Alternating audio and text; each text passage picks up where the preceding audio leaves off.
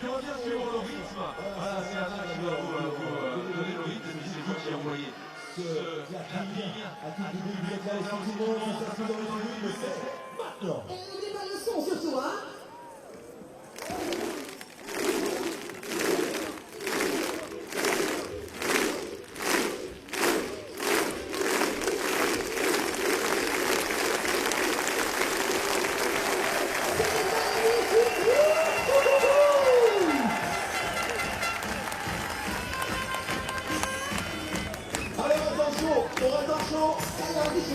On va continuer dans la solide, hein, Paulet. Si tout le monde sortit comme ça, on va voir les gars qui bougent comme ça, c'est génial, on va voir. Tout le monde.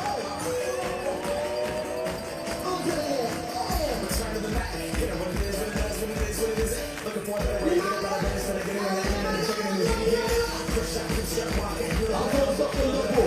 On a besoin encore un peu ici. On va voir un peu notre champion maintenant.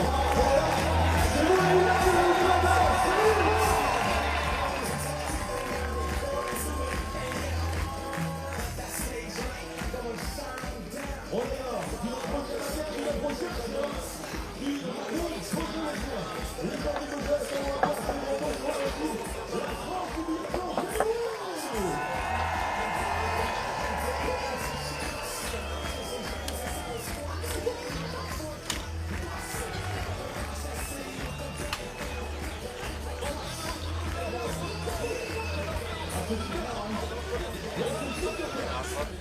Tu sais quoi? Je pense qu'ils sont chauds bouillants pour Lyon là.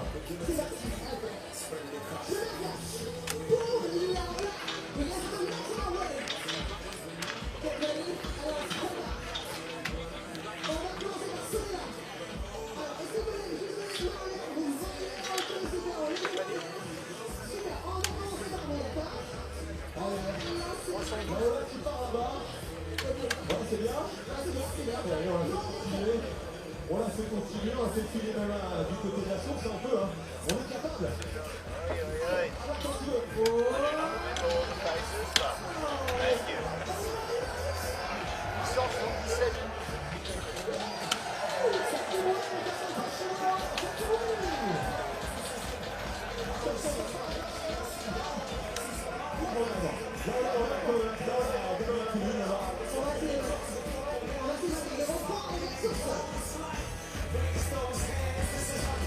Alors attention, là ça va.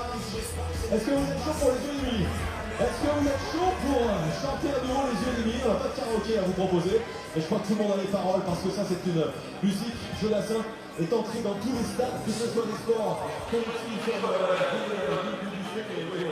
donc on est parti en presse des midi, et là, c'est pas que je viens, je veux que ça soit parti ça. Pour le reprendre sur l'organisation. Il se régale pas sorti là-dedans.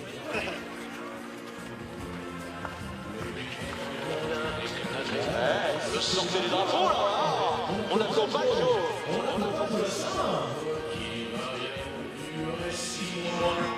Et après on lâche les faux. On pose un zéro, on lâche les faux. Welcome back to Le Grand Bonheur. This typically tranquil corner of Holtz-of-Bois is transformed once again as the winter break beckons. After a thrilling women's sprint of the highest quality yesterday, up next it's the men. 3.3 kilometre ski loops, 2 shooting stages and a 150 metre penalty loop for each miss. It is quite warm out there today, but fast and furious racing is what we expect nonetheless, with one of the loudest soundtracks that you'll find at a biathlon race.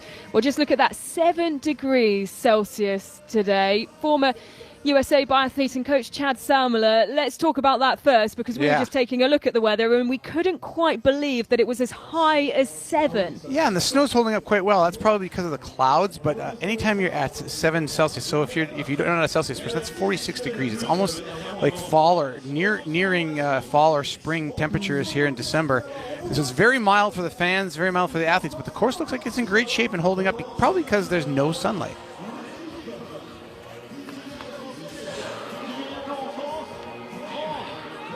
Well, they gorgeous part of the world that we find ourselves in, but typically a lot more snowier than this. As we take a look at the start list, going through the early starts there, Chad will pull out Paul Schomer, bib number 7, his 100th start today. Yes, guy I coached in college over 10 years ago now, has made his way in the Biathlon World Cup. He was absent for a couple of years with a knee issue. He's worked through that slowly and is back into shape, trying to make his second Olympic team for the United States. And we have to point out Jacques Jeffries, a French Brit, one of your countrymen, but he was born in France, going out number 1. Yep, this his local race, born just over an hour away from here to British parents, was competing under the French flag, but then transferred over to Great Britain and has been a huge asset to that squad on the IBU Cup, and now stepping up. Isak Fry, he's been given the call-up after Martin Uldal, who was the winner here last season. He misses out through illness. Tommaso Giacomel, Chad, starting just one bid place ahead of Eric Perrault. What a battle we expect from those two today. Yeah, they'll go out first of the red group, which is the 15 best athletes in the world. They are punctuated every 30 seconds by a lower seeded athlete. So Giacomel, then Jan Gunke, and then the second seeded athlete will be Eric Perrault. The two most likely to take down Johan Olaf Botten today, if anybody who is wearing the red and yellow bib. He will go near last in that red group. He will go third from last. Will Botten be the only two seeded skiers behind him will be Campbell Wright in bib 70, and Sivert Kutorm Bock in the last of the red seeded group in 72. So the sort of Giacomel and Eric Perrault will go out and kind of set the tone for the rest of the field if somebody earlier in the start doesn't beat them to it. Well, someone who might do that, Johannes Dali Shevdal, one we've got an eye on to set the early tone, bib 22. He was 16th in the sprint in Hochfilzen, but climbed exceptionally well to make 5th in the pursuit. And I think looking further back is where we really highlight some of his early form this season. Won all of his races in Obertiliac on the IBU Cup on the first weekend of the season. What do you expect from the Norwegian today? Well, the sprint is always a race of the guys who can ski the fastest, shoot the fastest, and stay clean. Dali Shevdal, not statistically the greatest shooter. He's just outside the top 10 in shooting statistics this year, which is almost his best year. But he's still very fast. He hasn't spent his whole season on the World Cup, but he has made an impression as the third fastest skier behind Botten and Sebastian Samuelson so far statistically. So with Dali Shevdal going from bib 22, that's an early start for somebody who skis that fast and can threaten to win this early in the World Cup start or in a sprint competition.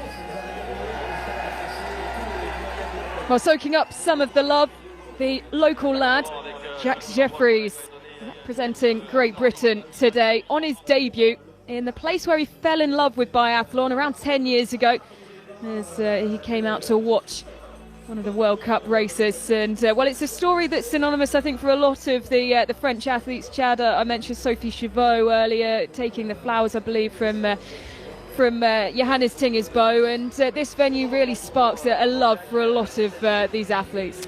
Yeah, it's great getting a look at Jeffries there. He's just soaking it up. He is racing for Great Britain, which is really kind of a cool story. And he's also very competitive from Great Britain's standpoints. He is coming off the IBU Cup where he had a 12th place finish in Riddown just a little over a week ago in the individual competition. His best result this year. A top 12 in a IBU probably looks like that would probably put him in the top 60 roughly, just as a conversion to this sprint competition. Well, that's his goal. He says he's set himself the goal of starting in the pursuit. He does have a rich history with the French youth team, part of the bronze medal winning team at the World Juniors in 2024, and also that year he took 15th in the sprint, which of course would put him in placing to be competing for a top 60 spot. And well, it's a different type of red, white and blue, but it's one that has still garnered a wave and a cheer from the French crowd here at Le Grand Bonnard. So getting us underway, the third men's sprint of the season, and it's the former French athlete transferring to Great Britain, Jacques Jeffries, born just over an hour away from here. He spends his time training on this course, part of the Haute-Savoie Nordic team. And, well, a great test for him today. Someone else who's stepping up from the IBU Cup after a good couple of weeks is Henning Schuckvist. He'll go bib number 3. This is Konrad Badaks of Poland first, though. Badak's personal best finish, a 25th in Hochfilzen just last week. So he's kind of riding a wave, the young 22-year-old. When you're 22 and you have a top 25, that's a big step forward for him. So Badak's kind of riding a wave of confidence, even though we probably won't see him figure into the overall top 10 results. But a good experience he's had so far this season in this young season, the third stop of the World Cup getting underway for him. Magaziv going bib number 4 today. Here's Henning Sjöqvist, the Swede, 27 years old, had a good few weeks on the IBU Cup, taking bronze in the individual in Obertiliac. And this, just his second World Cup start and a first since Oslo in 2023. It's odd to have an athlete have several years gap between their first and second World Cup starts. So Sjöqvist going to try to make the most of this opportunity he's getting in Le Grand Bornand, which hasn't been very accessible to him this World Cup start of his career. Magaziv next, Moldova. This is 102nd World Cup start, 100 more than the man who's just pushed out in front of him. Yeah, 37 years old. He's been around a while.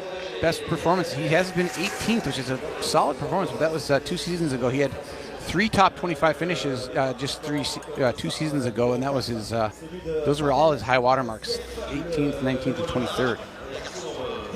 Planko of Slovenia. This has a personal best of 9th in the sprint in Lenzerheide back in the 23-24 season. Planko has continually improved his skiing over the last 4 years. He was even with the average of the field 3 years ago. Now he's 2% faster. So he's developing as the years go on, and that's fast enough, -2, to definitely figure into things. Someone else who's improving their ski speed, Ronald Birkenthal's the 24-year-old. 24 years of the Latvian program, which has had its stars. Rastakujev's obviously the kind of the flag bearer of that Latvian program for over a decade now, and he's on the start later in the day.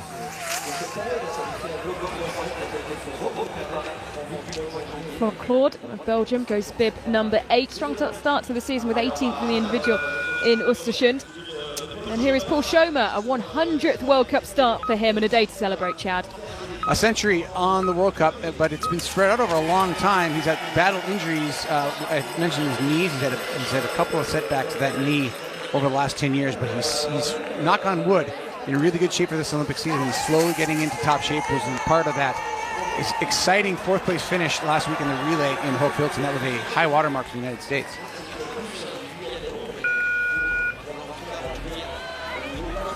Claude, who carries a personal best of 9th in the pursuits from Oberhof in the 21-22 season. Well, it's a different set of colors, but a man with a similar story as the man in bib number 1, a French-born athlete competing for another country. We have Jeffries in bib 1, and then Florent Claude, who's made a long career after being dropped early in his career from the French team. His brothers are still in the French team, but he competes for Belgium. So far, setting the early pace at 0.7 kilometres is wearing the British flag, Jeffries. And he will be beaten at this point by Planko of Slovenia, but only by 0.4 of a second. Yeah, look how tight it is. Planko just 0.4 of a second. Sjöqvist of Sweden third, 0.5 back. Basically just literally tied. 2.9 seconds between Planko and Magaziv. Somebody's going to come in and break that time down by quite a bit. Most likely Kritsmar would be the next one to come in as a leader, just based on his prowess over the course of his career.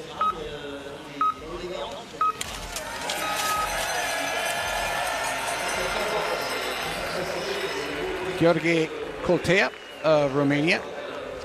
His World Cup's best, 16th in the Östersund individual 2 years ago, actually 3 seasons ago. And there's Michael Kritsmar, the Olympic medalist for Czech Republic.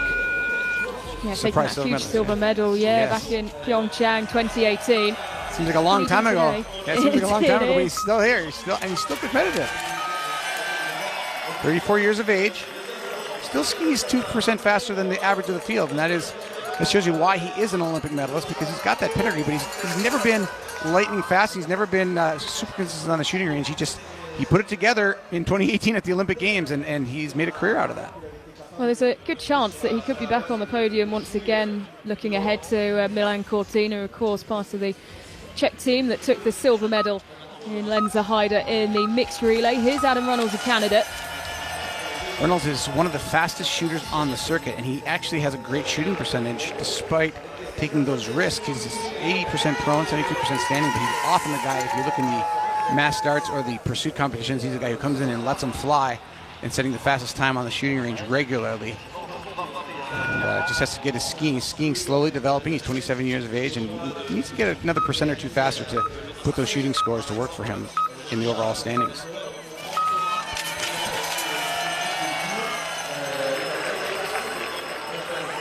Group 13, Tuomas Harjula, 27-year-old from Finland. Currently ranked 40th in the overall World Cup standings, 41st in this discipline. And there is bib number 22, Johannes Dale Shevdal, poised and ready to go. Just the final preparation. Steely look of focus on his face. Šunković of Croatia in that checked kit. 77 starts of his career, 31st his best ever finish. It is the time now. Paul Schomer takes over the lead, but only by 0.4 of a second over Lovro Planko of Slovenia at the 0.7 kilometer mark. It's still very early in the race, but these early time checks give you a sense of how the athlete is feeling just in general. There's a very high correlation between how fast they hit these early 1 kilometer time checks and the speed they will likely carry over the course of the race. So, though they don't do much as far as the overall standings because not a shot has been taken yet, they do give us an indicator statistically of how these athletes are starting and how likely they are to keep that pace over the 10 kilometer course. So Lee goes to Klichmar, but just looking at the course, particularly in that part, Chad, we wondered how it would hold up in the +7 degree heat today, and it does look, particularly up that climb, just a touch on the slushy side. It'll probably break down a little bit, but these people at this organizing committee has been very good, and they regularly face these warm temperatures, and they really know how to manage their snow well. All of the snow, if you look at the surroundings, there is not a lick of natural snowfall on this course. This is all made by machines, and much of it probably made last winter and stored under wood chips in a big hole in the ground. That is the way a lot of these organizers, because it is rarely cold enough to make that snow in December, to make enough of it to spread across the course. This snow is all probably made last winter. Vladislav Kulayev of Kazakhstan set a new personal best in the pursuit in Hopfilzen. This was 101st World Cup start.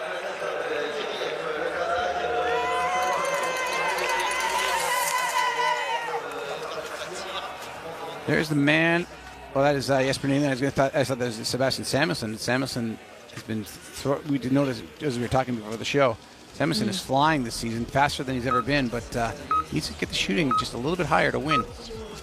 Vítězslav Hornig of Czechia. Personal best of 5th in roof holding last season in the individual, one of the 3 top 10 finishes last term. This is a man that I think I'm going to peg for his first podium probably sometime during the season. He's 26 years of age. He's been knocking on the door. He's fast enough. He's 2% faster than the average of the field. And I think as he develops, we're going to see him on the podium at sometime soon, I think. So our first athlete coming through shooting 1. Jack Jeffries shooting clean, 5 for 5. And he's now back out on the course. This is Shirkvis coming in 9.1 seconds ahead of Jeffries, the British athlete. Yeah, 9.1 seconds is a nice lead at this point, but it's a lot of fast gear still to come as you see Badac take the lead now by 10.2 seconds over Jeffries. Sjöqvist now starts with a nice solid hit, 2.4 seconds cadence. This is good cadence, but a little bit out of the prone ring there at 2 o'clock. The rest of them all right center high. So that was probably operator error. Looking at the wind flags, not a lot of wind to deal with. A little bit of flutter of the flag, but that's not going to take the trajectory in the prone position. That's not going to take the trajectory out of the target. That was a miss by Henrik Sjöqvist on accuracy. Now the roar of the crowd for Oscar Lombardo of France, 10th in the pursuit in Nové Mesto last season. That's his personal best. He has had the strong finish to last season when he was given the opportunity. Has not made hay while on the World Cup though this season so far. His shooting percentage on the World Cup just 67 pro and 73% standing, and he's going to probably have to do a sight better than that, which he's certainly capable of. But he's got to do it on the World Cup to stay on the World Cup with that strong French team. Athletes going back and forth between the IB Cup and World Cup starts. Yeah, absolutely. We're seeing a bit of a rotation this weekend with IBU Cup athletes stepping up. Here's Planko coming in down 1.4 seconds on Badac as Dale Shevdal starts his race. Planko, nice cadence. You want to see the cadence. A good sprint cadence is right about 2.5 seconds. Not too fast, not too slow. You don't give away a lot of time on the range. You have to shoot fast in the sprint and clean to figure into it. That was good shooting by Lovro Plunko. Plunko's shooting time will pop up 30.1 seconds on the range and trailing by 6.5 seconds to the pole. Barats.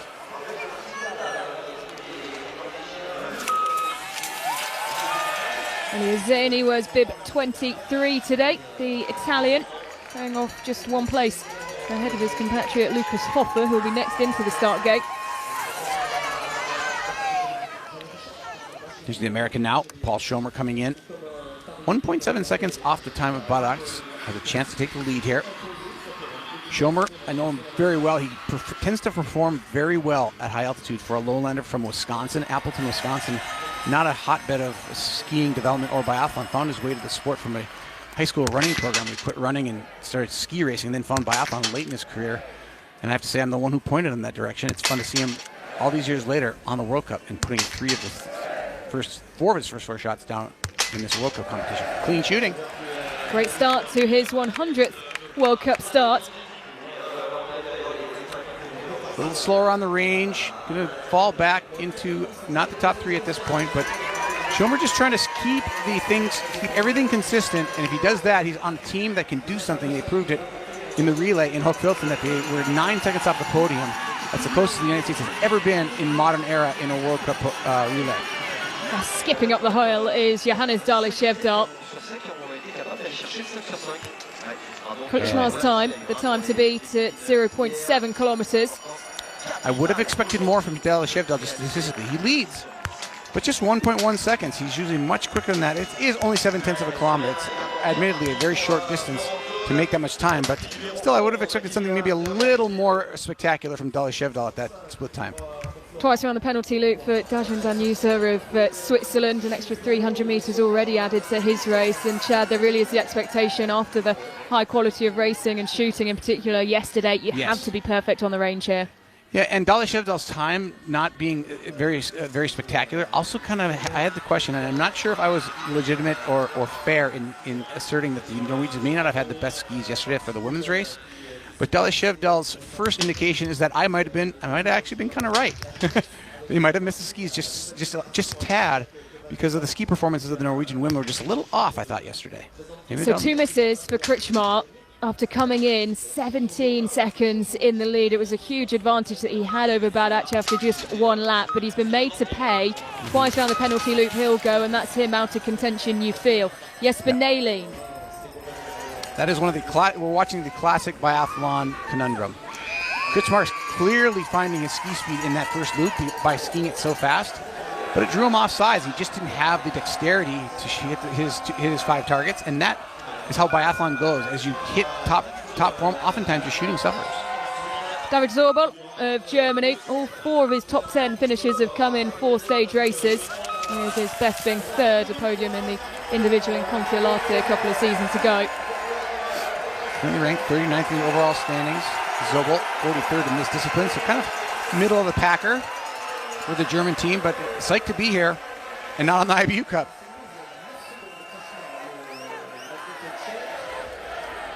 Rolling ever closer to our red group, the first red group here, as we pointed out at the top of the show. We watched Tuomas Harjula come in. Tommaso Giacomelli, bib 46. That's going to be the time where we need to pay attention.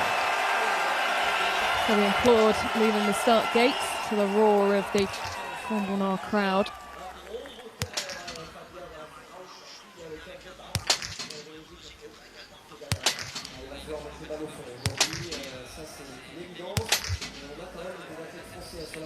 Well, excellent shooting from the Finn, very quick as well, Chad. It's exactly what Electrones Kolstad watching on would like to see. Harjula trying, if you can lead early, he's going to fall off the time, though, 14.1 seconds back. So Badac of Poland, bib number 2, having a great performance so far. Currently ranked, he's 17th in the overall World Cup standings is the pole, or in the World Cup standings in sprint. So a outsized performance for him today so far. Could we say a change of the lead here, though? Vladimir Iliev of Bulgaria coming in 7.9 seconds in the lead over Badac, and good so far, 4 out of 4. Maxime Germain starting his race, and a miss with the final for Iliev. He'll be once around the penalty loop, and Badaks will keep his place at the top. I apologize, 37th overall standing this thing. So Badak's doing quite well, still leading after shooting one with 14 athletes through.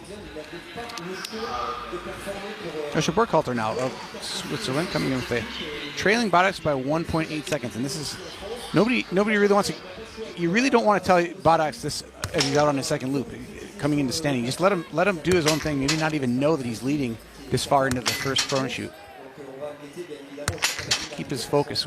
There's one miss for Joshua Burkhalter. So he will not be a factor early in the running with that one trip around that penalty loop. It takes about 22 seconds for these men. And Isak Frey, the blue bib, will start his race. 34, his bib number. Benefactor of some illness on the Norwegian team. He gets called back up from the IBU Cup, which he has been all season long. Currently ranked 14th in the sprint standings this season. Fast enough skier to do well if he has a great day. Here now is Vyacheslav Hornig, leading by 5.2 seconds coming in. Fast cadence, under 2 seconds, 1.9, 1.7, 2.2. Oh, that's excellent from Hornig. And we will have a new leader. It's been a long wait. Conrad Badaks had held that position for so long. And it will be a decent lead here, 9.9 seconds for Vyacheslav Hornig. I like when I guess right. Hornig having a good day. He's looking very strong on skis. Look at the pushes. The guy going out ahead of him is coming out at the start. Hornig matching him stride for stride after one lap around the 3.3 kilometer loop. Hornig in the lead now comfortably after the first shooting stage. And into the second shooting stage come the early bibs of Jeffries and Badaks. Jonas Shevdal in the meantime at 1.5K leading by 5.5 seconds over Kritzmar, but Kritzmar had those two misses. Bib 22 should come into the stadium anytime now, but within the next minute. So you see Stalder in bib 20, just 2 bibs ahead of him. And Badaks going 9 for 9. He missed the last shot. Conrad. And so once around the penalty loop, he will go. Sebastian Stalder comes out in second, 6.6 seconds behind the time of Vyacheslav Hornig after shooting one. Here is the first of the athletes who has the ski prowess to likely win, but he only leads by, well, he's leading by 20.9 seconds over Hornig currently in the lead. And Lombardo, he almost caught Lombardo 30 seconds ahead of him already. Lombardo coming quick through the range, though. He's 5 for 5. Johannes Dalishevdal has a miss. And suddenly those 20 or so seconds look to disappear. Yeah, Dalishevdal, he needs to somehow button that up as Officer Lombardo now moves in the 4th spot. Dalishevdal is going to come up behind him by about 10 to 12 seconds in aggregate time. He's making up the time on the ski course, but that miss around the penalty loop, going to put him in about 5th or 6th place, and that's not really where he wants to be right now this early in the running with no real big names yet on the course to speak of. Shevdal comes through 3rd. In comes Lovro Plonko of Slovenia. 6.6 seconds he leads. Everyone ahead of him with a miss after shooting 2.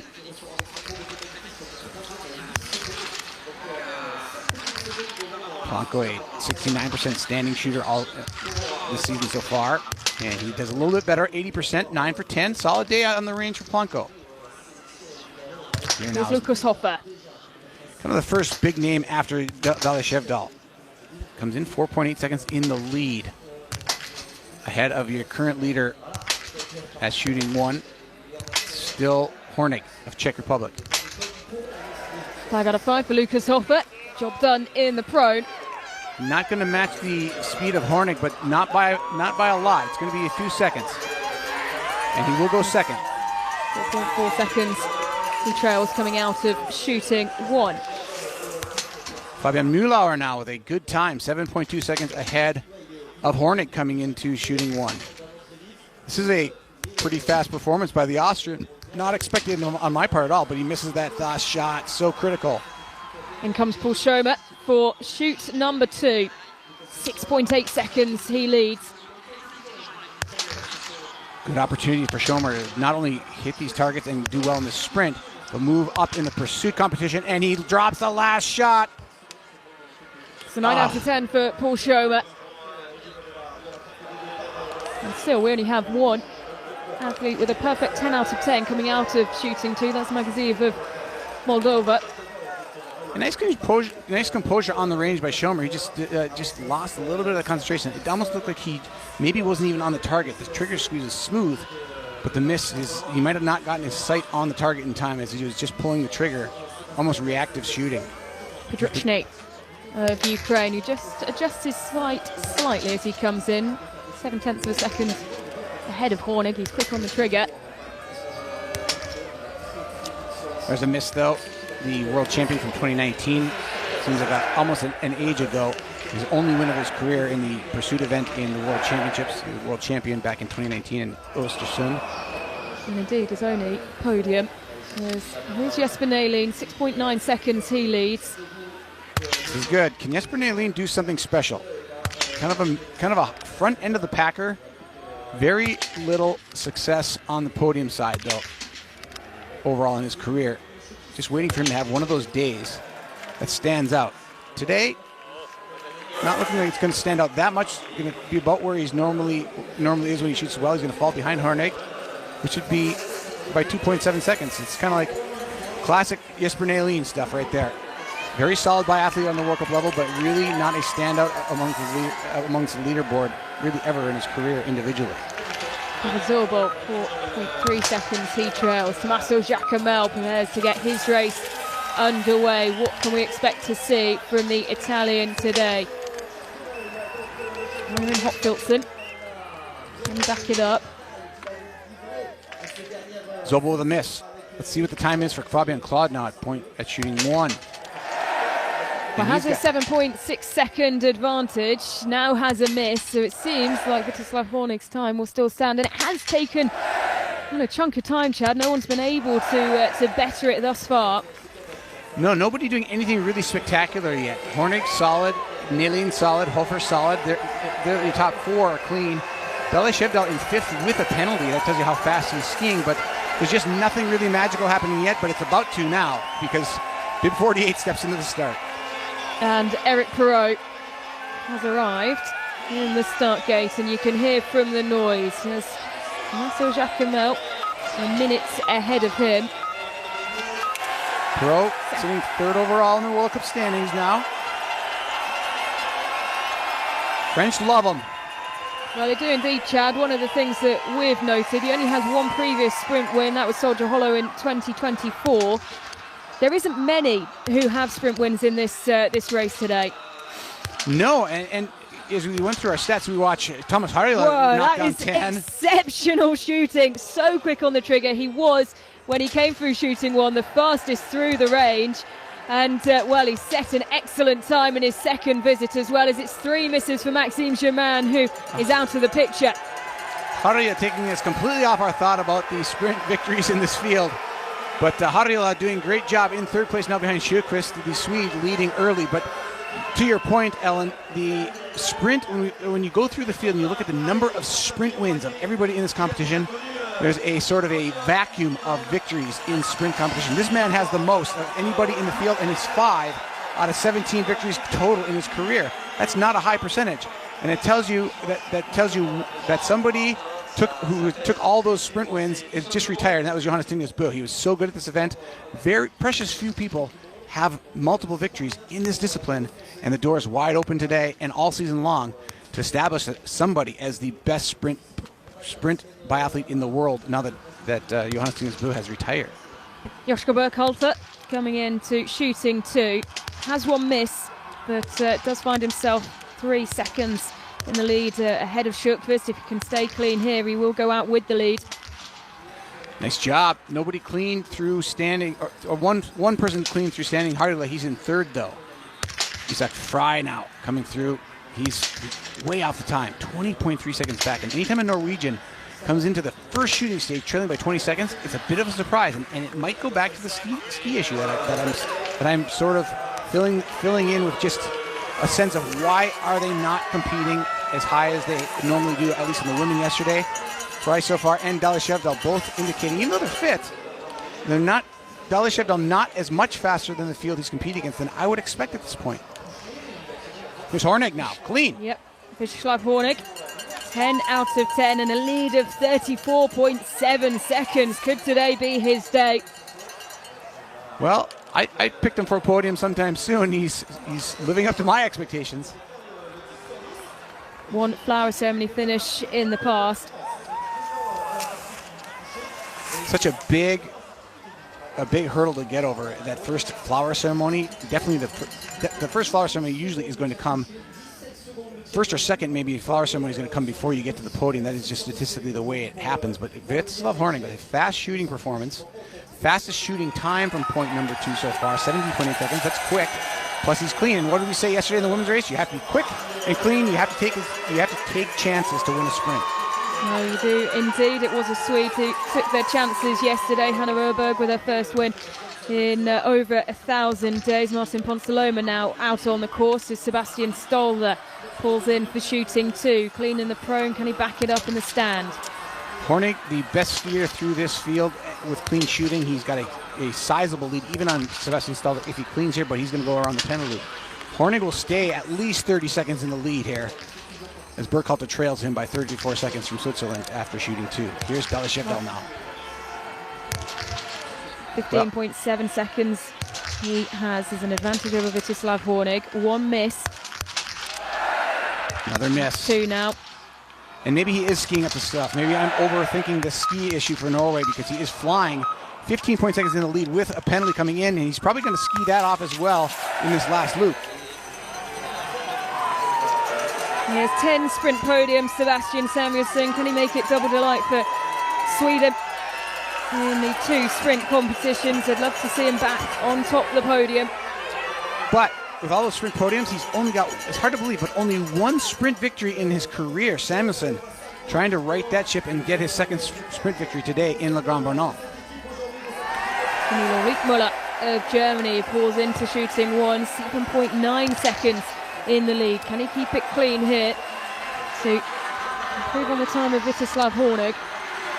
Well, Riekmuller is the kind of guy that when he throws a first lap time like this down, he is a threat. His fitness comes and goes. Probably a lot of fast twitch muscle fiber that needs some anaerobic racing to get him to top form. And Riekmuller's time coming in proves that he is in world-class form. When he's in world-class form, if he combines that with clean shooting, he's dangerous, but not dangerous enough today with that missed shot. No, it has a mass start silver medal here from last year, his maiden and only podium on the World Cup, but does have 1 miss. Here's Lucas Hofer, trailing by 12.1 seconds.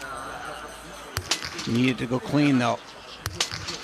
Dalishevdal in second now, 13.7 seconds back with 2 misses to the clean shooting Hornig of Czech Republic. Lucas Hofer not gonna set any new records for him today with that missed shot.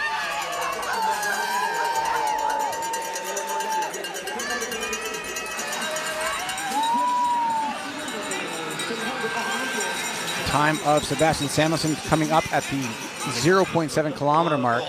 As I said, not a real decision-making point in the race, just barely into the course.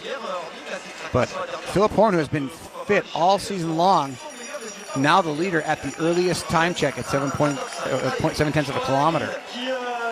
And it is a time that won't be bettered by Sebastian Samuelsson. He's 0.3 of a second behind Philip Horn. So the sort of the class of the field coming through now, Horn among the fastest skiers this season. He's currently 5th in the ski standings. Samuelsson 1st in the ski standings, and we're starting to see how the field is skiing against those 2 sort of high water marks and litmus tests of everybody's fitness today. Simoneda dropping down into the prone position, over 540 World Cup starts. He has only 1 sprint podium, that was in Trondheim in the 2008-2009 season. Jesper Nylén, and his second visit to the range coming in 5.6 seconds over Vyacheslav Hornig. I don't think clean will get him onto the podium on the end of the day, but I would love to see Jesper Nylén go clean here and do something just a little bit special. He's kind of the journeyman of the Swedish team. He's solid, but he already starts with a miss, and that'll drop him down the standings. And skiing well, but not well enough to absorb that miss. Someone else who started with a miss, Tommaso Giacomel. That's 2 now for the man who won in Hochfilzen, who's not happy with potentially his sights. He takes a look up from the rifle. And 3 misses. What a disaster for Tommaso Giacomel, who looks over in disbelief 3 times around the penalty loop, Chad. And, well, what a change in comparison to last week in Hochfilzen. And his skiing wasn't even that spectacular coming in. He trailed. He was only the 6th fastest skier in the first lap at 1.5 kilometers. And just not what we expected from Giacomel. And, those 3 misses, now he's just trying to get into the top 60 to get some points at this point. And the door is wide open for Perot. Not sure if Perot knows what the situation is with Hofer. Or with Giacomel. These 2 are 2nd and 3rd overall. Button to come, the World Cup leader. He'll start in bib number 68 later in the order. 20 bibs behind Perot here. But he has the lead, Eric Perot, and the crowd fall silent. 2 French athletes in the range. It's a miss for Eric Perot.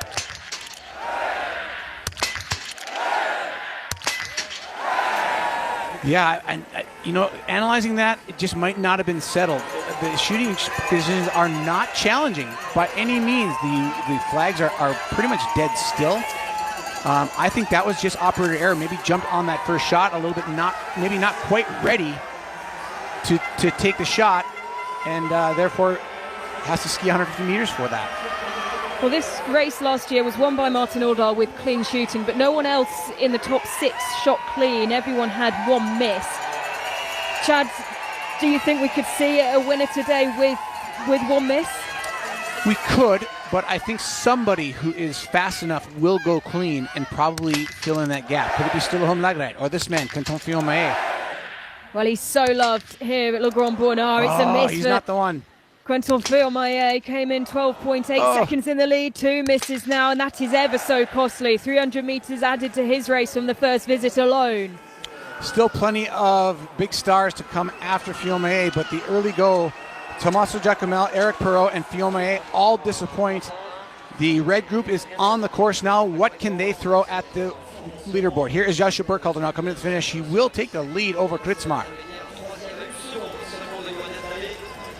Across the line, 28.1 seconds. Burkhalter leads, but not too far behind him. Bib number 18, Vítězslav Horník, who's had a great race so far. He's, though, pursued by Johannes Dale Shevdal. Here is Horník.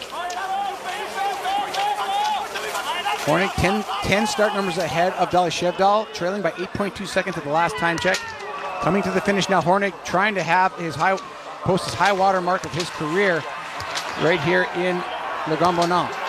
After a great start for Philip Horn, it's 2 misses in the pro, and he flew through the first 7/10 of a kilometre, and now he's been made to pay. 3 misses for Philip Horn, who's out of this race. All the big stars struggling with prone. I don't get it. I'm not seeing why these athletes are struggling, but Vítězslav Horník may have just done what he needed to do to get his first podium. He's been 5th before, but he's clean on the day, and today is a day to clean because the big stars are missing. Here's Isak Frey, who hasn't missed, but his ski speed just is not there at all. Now his first miss. Can he stick to 9 out of 10? He can do, but coming in 41.2 seconds behind. It's just not there on his feet. You have to feel for Frey. He's been great on the IBU Cup, but we've known that his ski speed is not quite of the level of the IBU World Cup athletes of Norway. And that's proving true today as Martin Ponsiluoma comes in with a lead of 10.4 seconds. But Ponsiluoma has not been, most of his career has not been a solid prone shooter. This year, there's the miss. Statistically, 86% shooter. He's right on that today. 80%.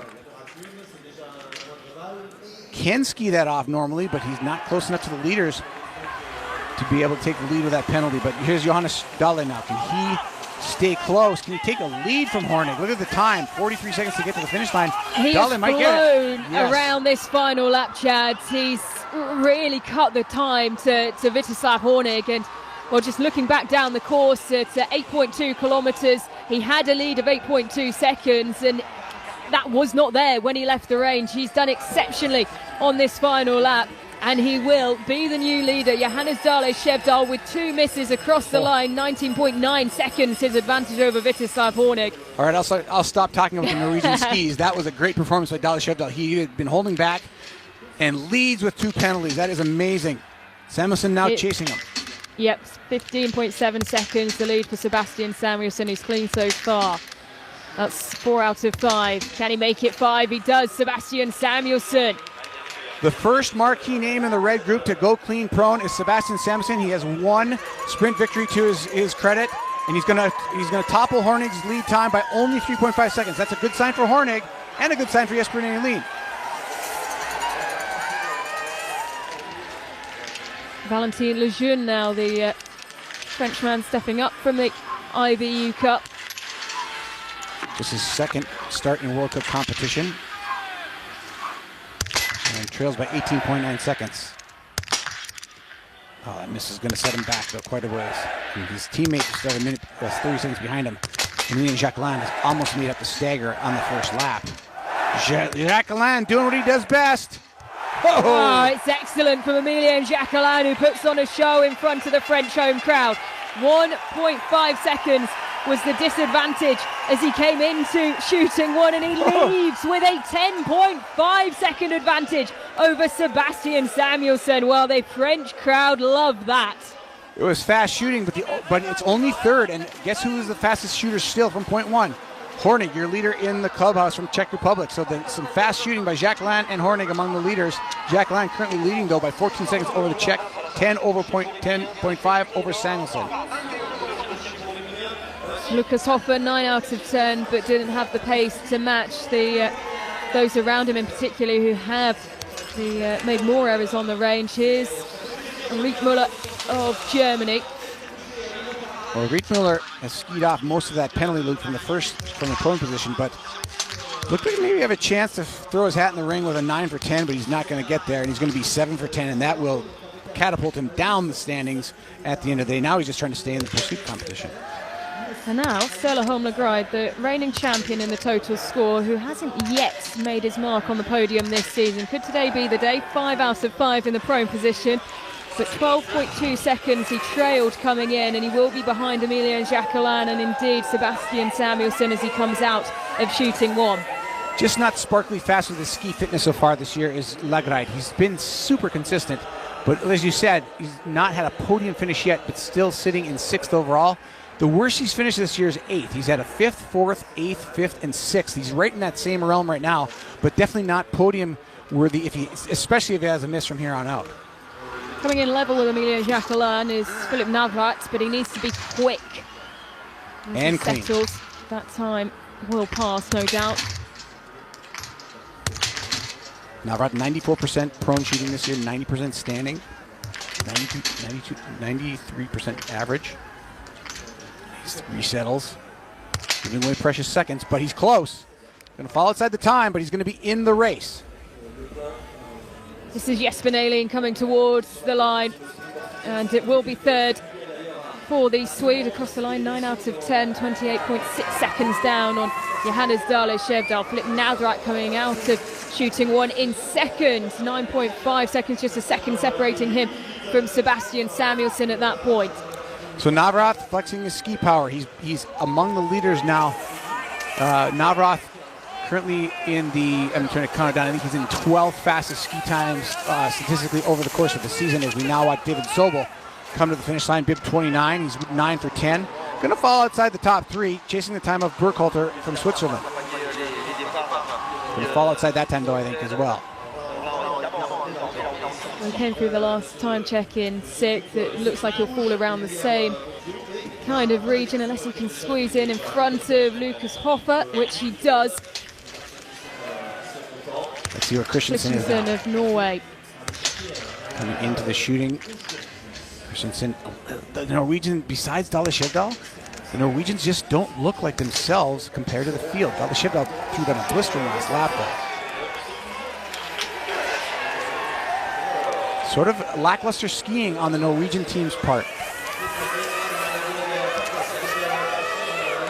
But if you look at it, particularly as we saw the name of Johannes Dale Shevdal flash past there, he still is yet to be beaten with 30 athletes through the finish line. And now with a miss, Perot flexing his muscle a little bit just to come within 10 seconds of the lead after shooting 2, which is still held by Hornig, the Czech athlete. Well, talk about a recovery. Whoa. Can he do it? 9 out of 10, Eric Perot. He's still in this race. Talk about just instinct, cat-like reflexes to the situation, and he delivers exactly what he needs to. Strelo goes clean from the prone position from bib 66. But Eric Perot will trail by 13 seconds. Can he find those 13 seconds in the last 3.3 kilometers to take down the wily Czech athlete trying to get his first ever World Cup podium? He trails at the finish, but Hornig's still in second spot at the finish line. Strelo, 6th spot for Germany. He's in it.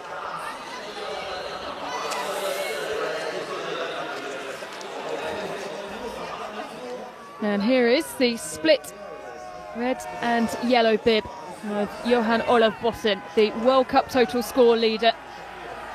All but winner in Östersund. all Norwegians except Dalle Skjevdal are putting on lackluster ski performances. So maybe I'm not wrong. Maybe Dalle Skjevdal is just the outlier, but Botten, the World Cup leader, as he lays down, he will not take a shot and stay in the lead. He will have 5 shots as he goes past the lead time. Not going to be a factor, almost if he goes clean even at this point. Another miss for Quentin Fillon-Maillet.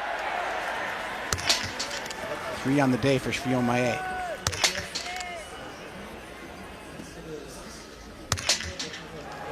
Now Well, 5 out of 5 in the prone for Johan Olav Botten.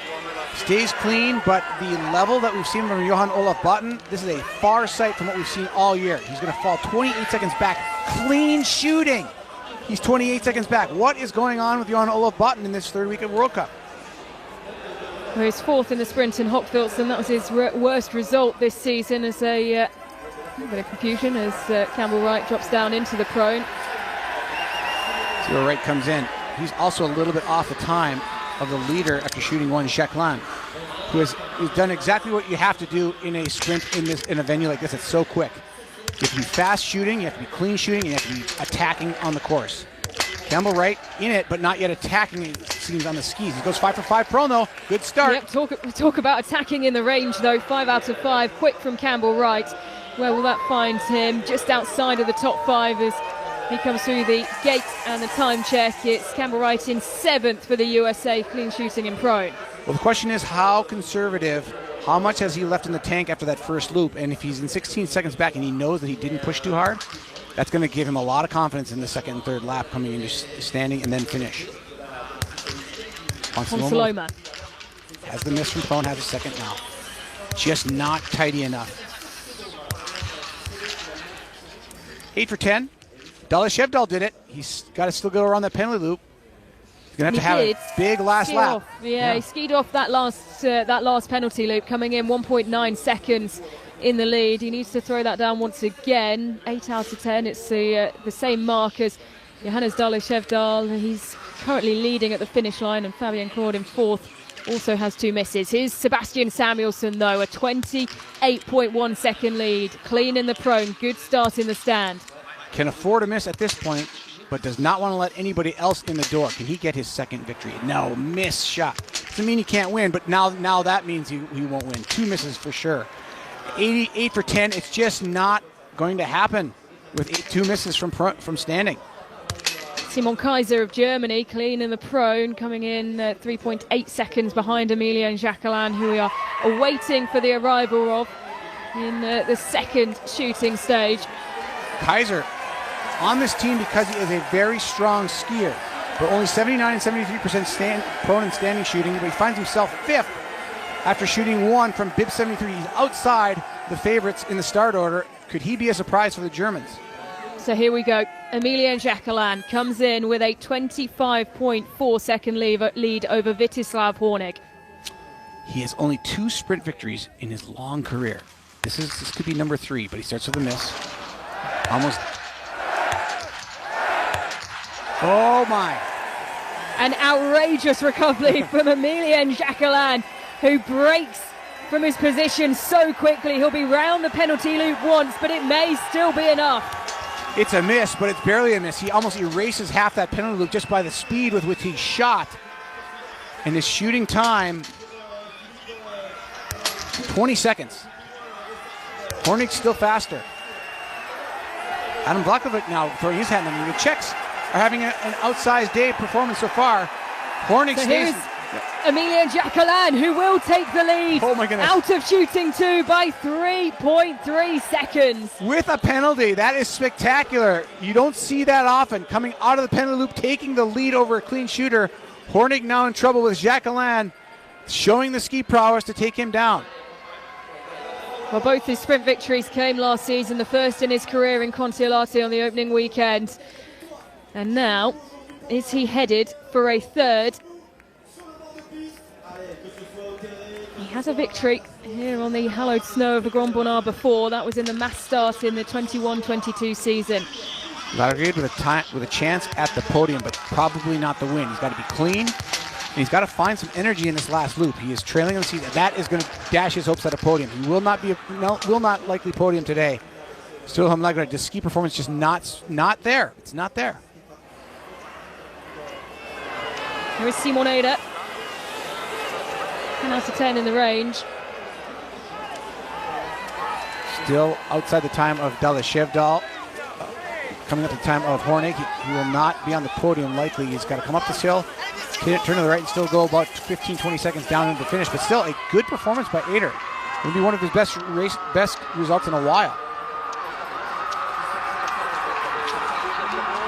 Left the shooting range, now in 10th. He's going to slot in at the finish line behind Zobel, it looks like, into the 7th spot ahead of Hofer. Philip Navrat, second visit to the range, and that's a first miss for the German. Needed that hit. Still skiing very well. The leader right now has a miss too. If Navrat can giddy up and go, maybe find himself pushing Hornig off of his first podium of his career. Here's Jacquelin. Here is the leader, Emilien Jacquelin. And the lead grows. 5.7 seconds he holds over Vítězslav Hornig of Czechia, and the Frenchman is flying with the full support of the crowd behind him. He is an anaerobic beast when he is fit, and he looks a little tired, to be honest with you. He put 2 seconds on Hornig, but is he going too hard, too fast, too early in this last loop? He's still got to get to the finish line with power. Ponsaloma, meanwhile, moving up into third now, just 9.8 seconds back with 2 penalties. He's challenging Dalashevdal. He'll get that information. He's got about a kilometer left to take 10 seconds out of Dalashevdal. That's formidable. And here is Eric Perrault. He will fall off the podium today. The time of Dalashevdal will pass as Christensen into the range for his standing shoot. Eric Perrault will be welcomed home. Oh, he might get on the podium yet. He might push Hornig down. And he does. Over the line in second. But with 2 men who are significantly faster still out on the course in Ponsaloma and Jacquelin, just how long will Eric Perrault be able to grasp that podium position, or will it be ripped away from him? Here's Vetle Skjolstad Christensen, who's come out of the range in third. We have a drag race on the last 3.3 kilometer loop.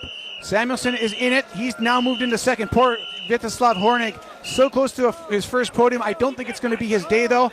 I won't go buy a lottery ticket yet. Yep, Sebastian Samuelson up into second. We still have Emilien Jacquelin to come to this point as well. It's just Estrela who comes in just inside 30 seconds down on the pace. This course is probably just a little too much climbing for Strela to maintain the ski speed he would need to take a podium here, even clean. As you see the time coming of the leader, and he's going to still be shooting when that time comes and goes, and he's not going to make that up in the last lap. So this is about trying to maybe get a top 10 and set himself up for a 4 shooting performance in the pursuit tomorrow. So here is Emilien Jacquelin, and the advantage has been cut now to 3 seconds. He's feeling the pain. He's digging deep. You can see it. It's exactly what I saw at the last time check. He put time onto Hornig, but now he's got lactic acid building in his system, and he can't remove it because he's been climbing for a better part of 1.5 kilometers. It's mostly downhill to the finish. The question is, can he recover and still hang on to the lead? Here now is Quentin Fillon-Maillet trying to move into the top 10. And he will, for now, hold on to the top 10, but it won't stand. 9th, 3 misses on the day. had to do a whole lot of work on the skis. Here's Johan Olav Botten. And trailing by 26 seconds. His magical season so far, losing its luster today. The Norwegians really, Dale Skjevdal really the only one doing anything of note for Norway. He's still clean, maintaining his clean shooting. Botten is unflappable on the shooting range, but the ski speed just not there for the Norwegian. Can he fight his way into the flower ceremony? He looks across, it's fourth for now.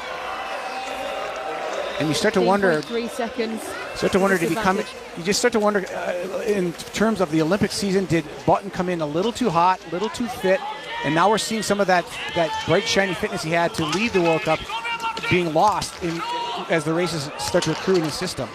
It's a miss for Campbell Wright as Martin Ponsaloma fights towards the line.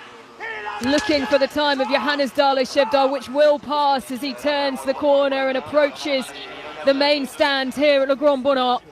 Trying to fight for every ounce and get to the line before Perot. It's going to be so tight.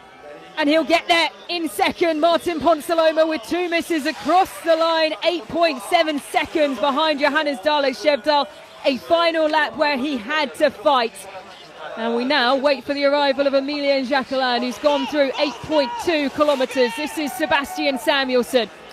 2 misses atop the leaderboard for each of the athletes. This has become a massive ski race in the Alps. The course itself, the profile, a lot of climbing, which has allowed the strongest skiers in the field to miss 2 shots and go 1-2. Dale Skjevdal, Ponsaloma trying to hold off the charge of Samuelsson.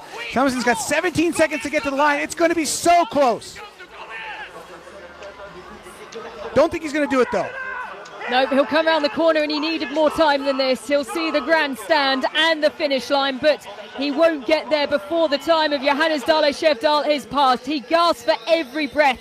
It's not enough today for Sebastian Samuelsson for the victory. Will it be enough for a podium? He sits in second for now, 5.3 seconds behind the time of Johannes Dale Skjevdal. Bib number 22, who has stood the test of time. And now it's Emilien Jacquelin, who has faded, and faded significantly on this final lap. The time of Dale Skjevdal, keep your eyes on it.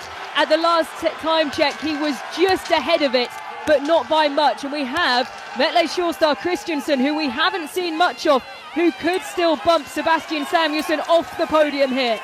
The plot just gets thicker and thicker on this last loop as Jacquelin was dying at the top of the climb, but he got it downhill to recover, so his anaerobic system isn't flooding with lactate. He might get the win here, but I think it's going to be just a little too far for him to reach him. Dale Skjevdal looks on. He's not going to do it. Emilien Jacquelin will not get there. Dale Skjevdal holds the lead. 1.5 seconds in it. He thought he had it as he went out onto the final lap. The advantage was there, and then it disappeared. And still out on course. The story's not over. Still Christensen and Bib 64 to come. And he is trailing Jacquelin by just 2.1 seconds at 8.2K. But what a race this has become. Looking at the range as we look further on, Adam Vuklevic with a solid performance. Not going to be in the podium finish as the fireworks happening ahead of him on this last loop. What a thriller sprint finish here. Just built and built. We thought the 2 penalties was going to be too much, but look at the top 4.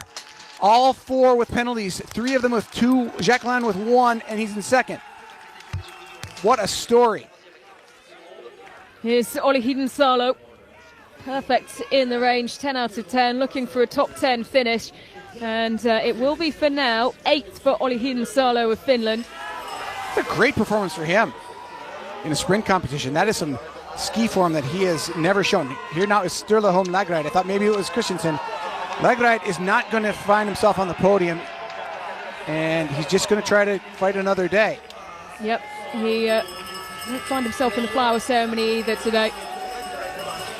Another challenging day for Sturla Holm Lagride. He's across the line in 7th, 28 seconds behind the time of Dale Skjevdal, his compatriot, who, from the early bibs, has made quite the impact, and it's been a long wait. Here's Navrat, who will also see the time of Dale Skjevdal pass. Navrat holding down 9th at the 8.2 kilometer mark. You see the time of Dalia Shevdal come and go. And what a victory this would be for Johanna Dalia Shevdal. And that would probably seal his fate on the Olympic team if he gets the win here today. And that's if it stands, because, as we mentioned, Christensen, wearing bib number 64, has been charging around the final lap. He's within a minute of this man, Navrath, who's going to come across the line in the top 10, but where will he shake out? Well, the last sprint victory for Vetle Shortstar Christensen was in Ruhpolding in the 23-24 season. He almost loses his footing, but he has the lead through 8.2 kilometres. Vetle Shortstar Christensen, who will fight towards the line. It's been a long wait for Dalia Shevdal. Bib number 22, and a result that has stood for so long. Can it be bettered by Vetle Shortstar Christensen, who will glide towards the line? Most of his race has gone unwatched. A perfect 10 out of 10 in the range, and Vetle Shortstar Christensen punches the air. A first win in a World Cup sprint since the 23-24 season in Ruhpolding. Incredible performance by Vetle Shortstar Christensen. All the big stars missing. Vetle Shortstar Christensen making the most of a great ski performance and a great shooting performance. The only clean man in the top 5. He was not the fastest skier, but he is known for his finish, so he threw down a great last lap. The last lap really was the difference maker for him. He was just 6.1 seconds off the time of Samuelson. That was his best lap of the entire race. Bakken holding on 7th spot now, just 11.6 seconds back at the 7.4 kilometer mark. Bakken clean as well. Strelo now also coming to the finish. A lot of athletes going to fill in the top 10 here late in the start order of the red group. This is a good performance for Strelo in a sprint. Currently sitting 12th at the last time check before the finish. Going to fall outside the time of Hornick, who has now dropped to 7th. Can you believe that?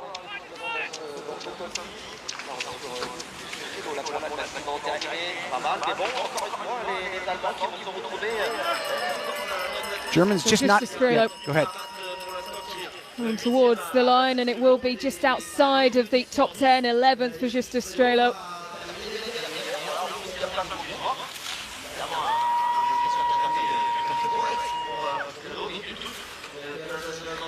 There's your likely winner right there. Clean shooting when it mattered most. There's Button now trying to do damage control to that red-yellow bib. He was just 5 seconds back at 8.2K, so coming back with a flourish. He's going to get on the podium. Well, he's coming towards the line. Johan Olav Bottom, where will this place him? The time of Emilia Jacqueline goes past, and it's 4th. So close. Damage control done, though. Oh, big time. He equals his performance from Hochfilzen in the sprint last weekend, where he finished 4th. And it looked, Chad, for a long while like he could be outside of the flower ceremony for the first time this season. And but Norway, it's celebrations from his teammates. Yeah, I don't know how the Norwegians do it. They came back. Christensen leads.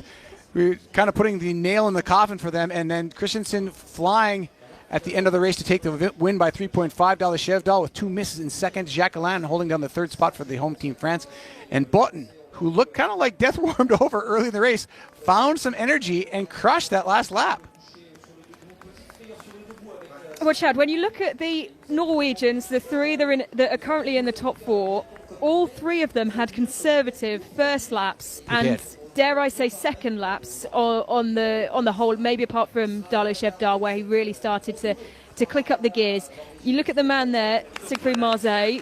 Was this a technical, tactical decision, perhaps? Because it left you questioning just how good and the quality of the skis and the quality of the performance out on the course.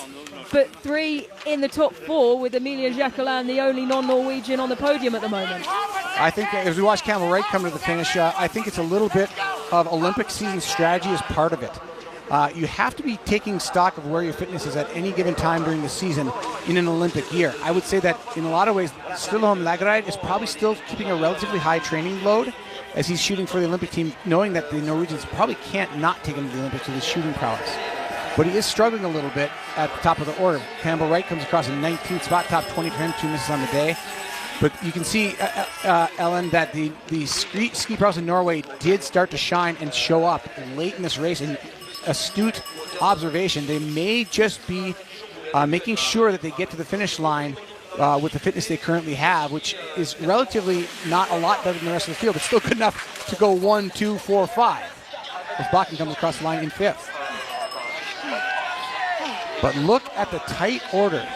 Bakken beats Samuelson by just 0.2 of a second to move into 5th ahead of 6th. Samuelson and Ponsiloma now at 8.8 and 12 seconds back in 6th and 7th. Between 1st and 10th, 26 seconds, but between 1st and 6th, just 8 seconds. Makes for an exciting pursuit tomorrow. Well, it does indeed.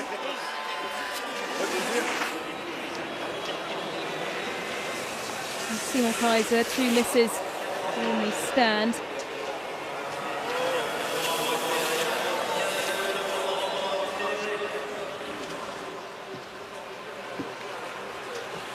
They said Kaiser.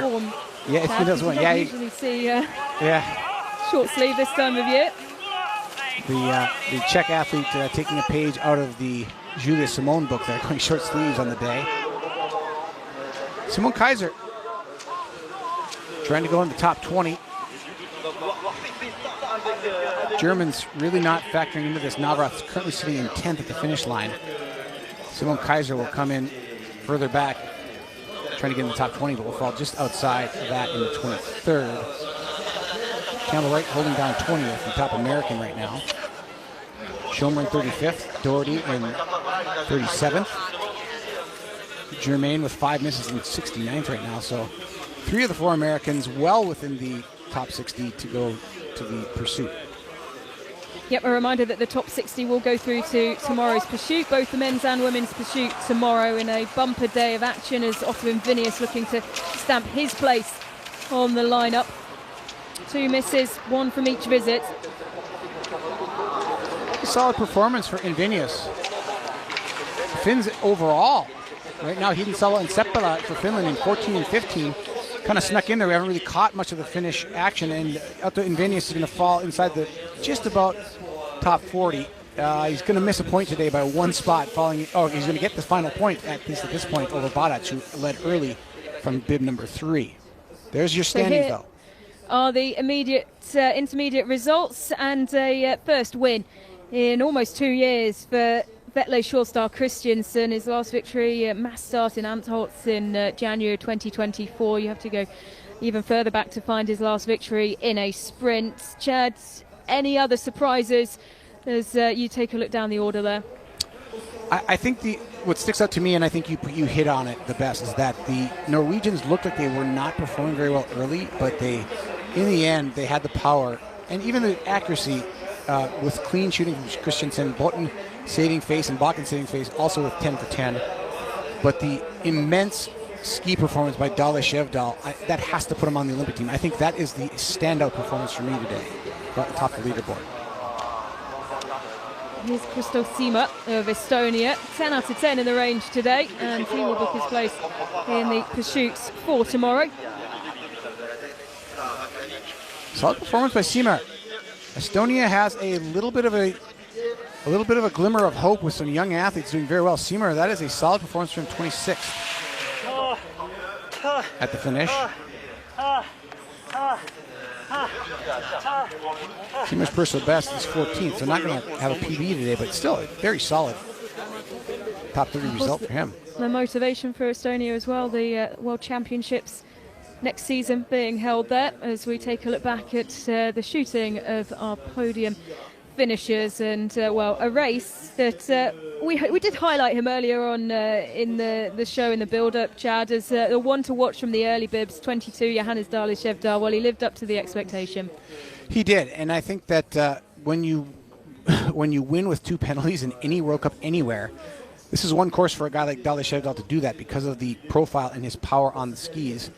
But as you look to the Olympics, you want a guy like that on your team, even though you might not put him in the relay with the 2 misses, or you might not put him in the individual. With a outstanding performance like this, you almost have to put him in the Olympic 10K sprint. But so much can happen between now and February still. But throws his hat in the ring for sure, making a good argument for being there. Yeah, exactly what you want to do with less than 50 days to go, 49 days now until the opening ceremony for Milan Cortina. And what a season it will be before we get there. We've already seen 2 excellent stages of biathlon. This is the third, and this is Dominik Unterweger of Austria stepping up from the IBU Cup after a good couple of weeks for him as well. And it is nice to see, Chad, so many athletes who have performed well on the IBU Cup being given the nod. He was the individual winner in Obertiliac with clean shooting. Yeah, and this is going to be a great performance for Bib 81. He's clearly not among the leaders getting that Bib 81 start number, but his best ever, 27th. He's challenging that now, not going to get it, but he's still looking at a very, very possible and likely, if he can get to the line within about 35-40 seconds from here, which is close, he should figure into the top 60 and that pursuit tomorrow. Yep, went a whole season without a start on the World Cup. His last solo start was the pursuit in Canmore in 2024. It's a battle in his hands. He comes towards the line, though. Keep your eyes on the positions as they go past. The top 60 is what he's aiming for. We will see the time of Mihadovzan go past the Slovenian. Jeffries still holding on to the position in the pursuit. He said that was his target, and Unterweger across the line in 54th. That's good enough for now. And 81. You got to love Jeffries in 50 with the British flag, the Union Jack in 52nd spot. Got to make you feel good, Ellen. Yep, absolutely. A huge asset, of course, to the British team. And, well, as things stand, he's delivering on what he promised and set himself as a target as starting the pursuit. He holds position number 54 for now. He does stand the chance of getting pushed down by 2 athletes out on the course. You've got the Chinese athlete Yan, Bib 86, ahead of him, coming toward the finish now. He may move Jeffries down to 53rd or 54th by the end of the day, but I think Yan is probably one of the only athletes likely to push the French-British skier down beyond 52nd. So looking good for him.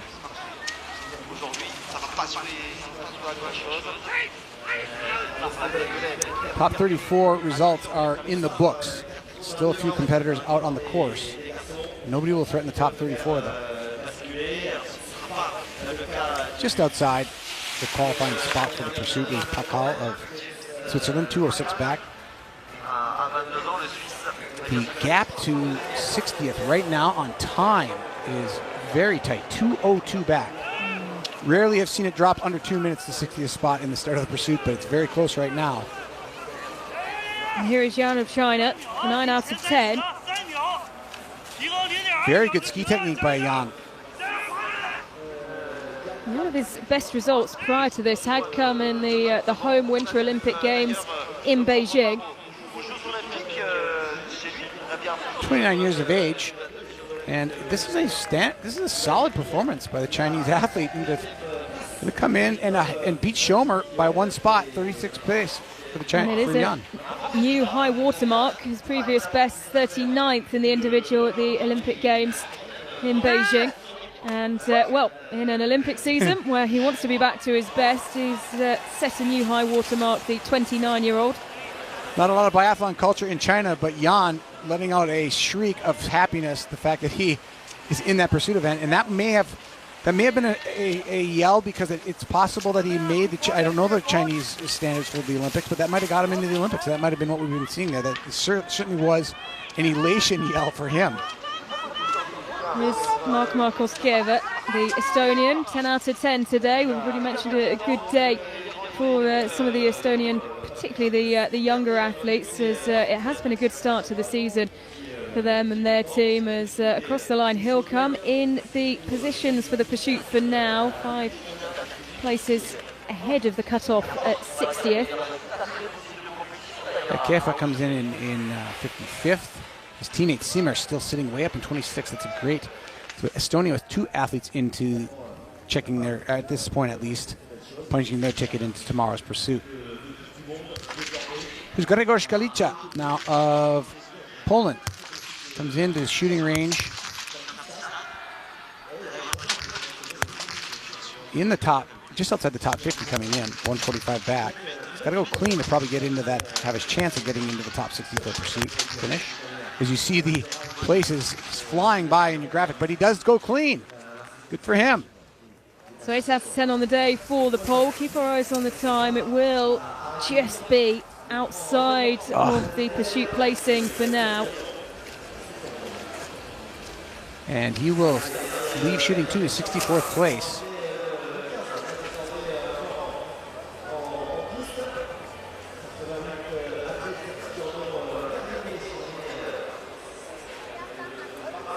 So things winding down, and we'll keep our eye on Galicia if he can get Poland into the pursuit start.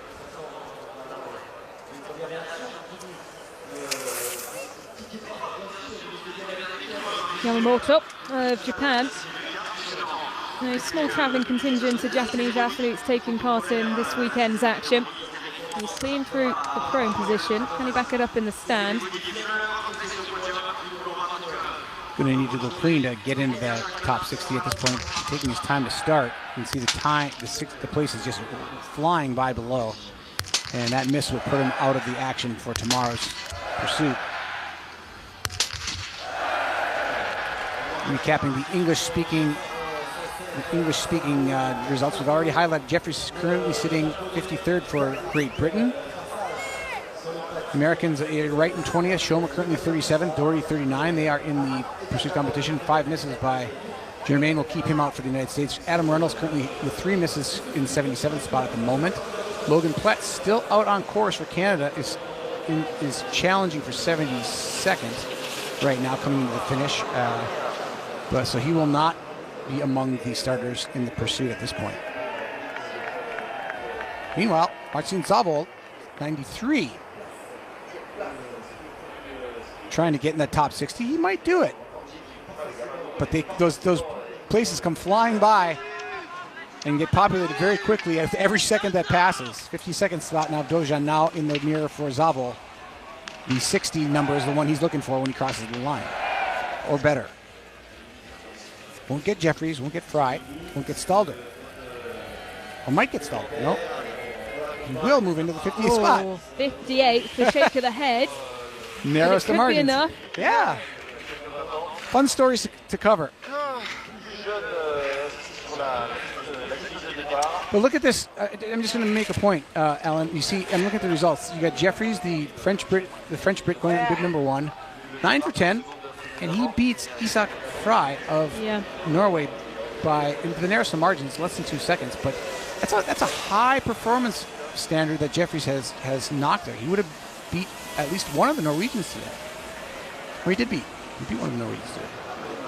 That's pride. That's a source of pride. Yeah, absolutely. That was the target. His debut today and straight through into the pursuit. It's the pursuit mark is something that the British athletes in particular obviously target and haven't been able to break into in the last couple of years. And so great to see that Jeffries on his first attempt, bib number 1. A special place for him as well, a home course for the athlete who was born just over an hour away and trains here as part of the Haute Savoie Nordic team. Here's the effort now of Belgian athlete bib 88, Mark Mockels. He comes across the line for 91st spot. His personal best, 73rd, 26-year-old. And that was his 32nd start on the World Cup, but this man needs no introduction. He's been around as long as anybody on the circuit right now, except for maybe Lucas Hofer and Simon Eder. At the age of 33 years, he wins just his, I believe, his third sprint of his career. Yeah, his third sprint of his career today. He won a sprint in Soldier Hollow in 2019 and then won in Ruhpolding again in 2024, 2 seasons ago. Win number 3 in the sprint category comes today in Le Grand Bernard for Vetle Sjostad Christensen. A great performance. Sort of a come from, we didn't really follow him much. We didn't get a lot of pictures of him until the very last end of the race because there was just so much going on ahead of him and a lot of misses that were kind of throwing, I think, the TV producers off, to be quite honest. It's very hard to cover these events with the cameras when so many things that go awry with your favorites. Yeah, with him being one of the, of course, one of the Norwegian names that always pops up when you have him highlighted in the results. We saw him slowly climbing, and it is obviously with the tactics that the Norwegians put down today, Chad, we've already mentioned it. It is hard to follow when they've come from behind and they've climbed so significantly. And Christiansen, it was all done in the last lap, the work to surpass his teammate who we see now, Johannes Dale Skjevdal, who played a very similar game. It was his last lap that pushed down Vyacheslav Hornig. And in a very similar manner, it was only until I think the 9.4 kilometre mark where Vetle Sjåstad Christiansen was able to overtake Johannes Dale Skjevdal's time, and at that point there was a 1 second advantage that Christiansen had. He was able to stretch that to a 3.5 second advantage, and a long wait for the man who's been standing in the cold and spending a lot of time checking the results on his phone, Chad. Yeah, as I look at the course, I'm just kind of looking at the course times. The first lap, Christiansen only clocked in 18.5 seconds back of Dale Skjevdal in 20th spot at the first after skiing the first lap. He upped that to 13.2 seconds lost to Samuelson, and Dale Skjevdal was just 0.3 back of Samuelson on that second lap. And then Christiansen was just 6.1 seconds back in the last loop. Shows you that he just kind of kept climbing. His ski performance wasn't among the leaders, but he kept it clean, and that is how biathlon goes. He realized that he was losing time, but who in any other sport would think that you have a chance after finishing the first lap in 20th place, 18 seconds down? That's biathlon. You keep it clean, you keep charging, and you never know what you can pull out in the last kilometers. Christiansen is very savvy and very experienced, and that's how he won today. Patience, my friends. Patience. Patience. And Emilien Jacquelin, just a word for his race, Chad. In the end, 5 seconds off the pace of Christiansen, one miss. And, well, we said at the time when he failed to hit the target, just how costly could that miss be, and in the end it's proven to be significant. Yeah, and he really slowed down the last loop. He looked good up until in the first time check, and you noted that, but I noted that he looked very fatigued. When all was said and done, Jacquelin did the opposite of the winner, Christiansen. He was 5th fastest the first lap, 7th fastest the second lap, and the last lap Jacquelin only clocked in 19th spot, 21 seconds back of the fastest last lap by Samuelson. A tale of two very different trajectories to the podium and to first and second place. Almost complete opposite trajectories.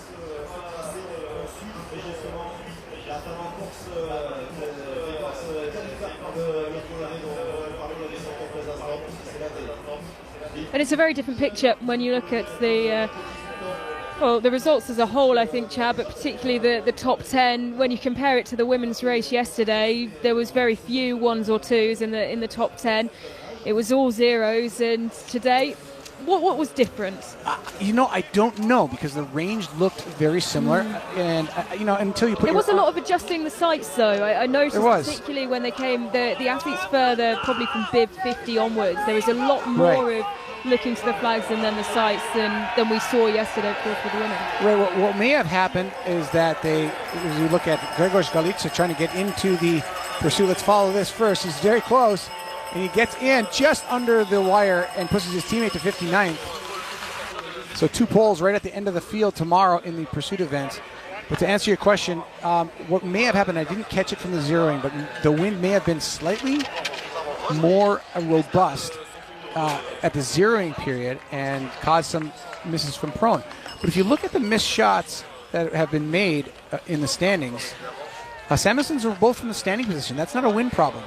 The 2 misses from Dale Skjevdal, 1 each from prone, 1 each from standing. That, I think, honestly, I just think it's more of an issue that the strongest skiers in the men's field are finding, in the third week, their power, their anaerobic power and fitness. And when you do that, you can ski and you can ski harder than you could the last 2 weekends and deliver.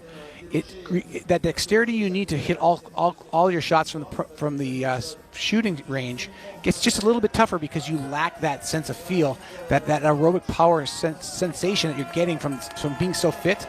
You lose the dexterity you need in the shooting range, and you need to be a veteran to withstand that. And the veteran who withstood it today the best is the winner.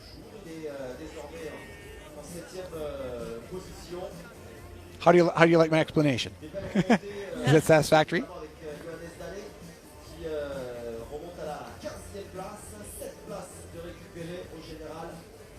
He knew it. You could see on his face just watching that shot there, crossing that. He knew that he had the win, and he's so confident in his closing ability that when he has 3 to 5 seconds to close up in the last 500 meters, he can count. You can count on it from Vetley Christensen, whether it's a head-to-head competition or this type of race where he's racing the clock. And Ziggy Mazet loved what he saw. The great coach from France who coaches this Norwegian team for most of the last decade. Yeah, exactly. Over a decade for Sigfrid Marze, and it will be the end of the road at the end of this season for him and the Norwegian team together.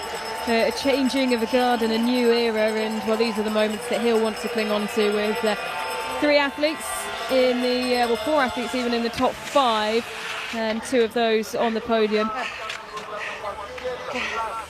So the final starter in the finishing chute from Japan comes across the line in 83rd. And just Jesper Fleming, the Canadian that we've been waiting to see where he ends up. He's looking like he's going to drop into about 102nd spot. That's what our computers are telling us. And here is Jasper Fleming, the Canadian. He's just 20 years of age, so very young. One of the youngest athletes in the World Cup. His best finish, 72nd. He's not going to beat that today, but at 20 years of age, from Edmonton, Alberta, resides in Squamish, the spot just near the 2010 Vancouver Olympics. You see Max Sanger, the guy who organized those Olympics for Canada, was just there as the IBU technical delegate taking a picture of Jasper. He must know Jasper because they live in the same town.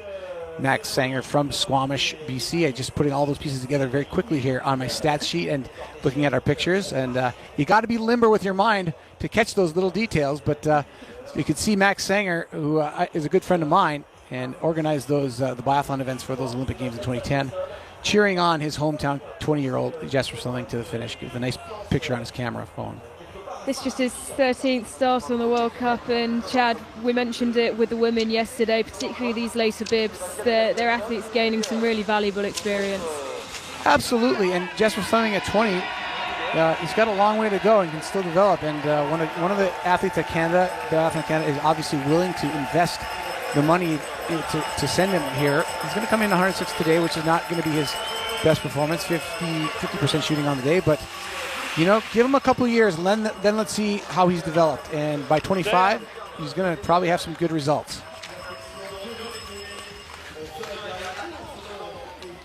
And talking of results, here are the official results for today. Vetley Shortstar Christensen taking the victory, perfect in the range. And, the only athlete that could better the early starter, Johannes Dale Skjevdal, his great friend and, of course, compatriot, Emilien Jacquelin, looked to be the man to stand atop the podium once again, and Annecy Le Grand Bonnard, but it was not to be his day. He takes 3rd. And 2 other Norwegians then in the flower ceremony, in Johan Olav Botten, who did really well in his charge on the final lap to make up the damage done just from starting slowly, perfect in the range still, back in a similar situation as well. 10 out of 10 for him, and indeed that is 3 Norwegians in the top 6 who all shot clean. Sebastian Samuelsson rounds out the flower ceremony, finishing just ahead of his teammate Martin Ponsaloma. And Botten comes across, I think the tightness of the field was what's amazing, despite the misses. You've got Botten, Bakken, and Christensen all clean. They are separated between 1st and 5th by just 8.6 seconds. And Botten just 1 second off of scoring his 6th podium or 5th podium in 6 tries. Falls just shy of that, but still stays in the top 5 again in 4th place. So Botten has a first, 3rd, 4th, 3rd, and 4th. Like, you just can't imagine how hard that is to keep that level of biathlon going in your first real full year on the World Cup. It's amazing.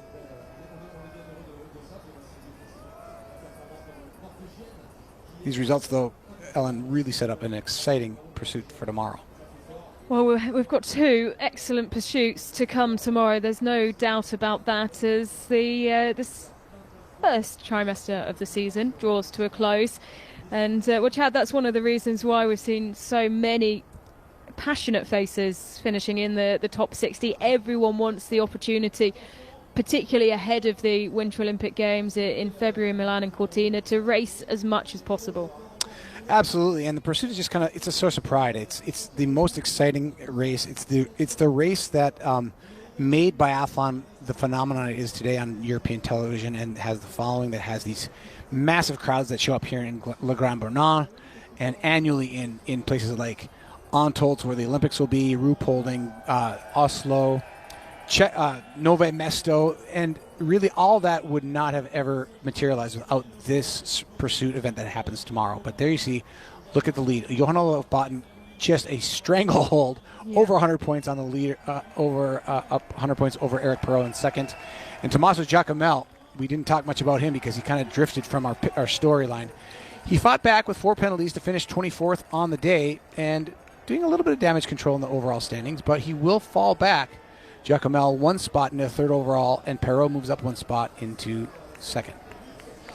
Well, it's just a sign of what you need to do to be a champion, isn't it, Chad? To be as out of the picture in terms of maybe the top 10, the top 6, definitely the flower ceremony, to when we saw him then come across the line and he was contending for a podium, Johan Olof Botten, to fight back in the manner that he did, to keep that gap there, 103 points. He now leads over Eric Perrault, and it's a sign that this yellow bib will take some real battle from Eric Perrault, Tommaso Giacomel, Sebastian Samuelsson, whoever wants to try and pry it from the shoulders of Johan Olof Botten. They're going to have to go to war for it.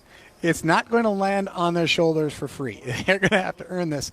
And Johan Olof Botten, I think it's the most, I can't remember, I know this is the most superlative emergence to the top of the World Cup scene that I have ever seen. I mean, I can't remember Ole Einar Bjørndalen even back 25 years ago, 30 years ago, having this consistent of a finish early in his career, especially his first year on the World Cup. There's nobody that really has done that. It's unprecedented, just in the scope of how consistent he is through already now 6 races, never out of the top 4. It's amazing. Unable to find his way on the podium today, Emilien Jacquelin was the man who took 3rd. A long old wait for bib 22. Who impressed from the early starters, Johannes Dale Shevdal, only beaten by his compatriot in a late surge from Vetle Sjåstad Christiansen.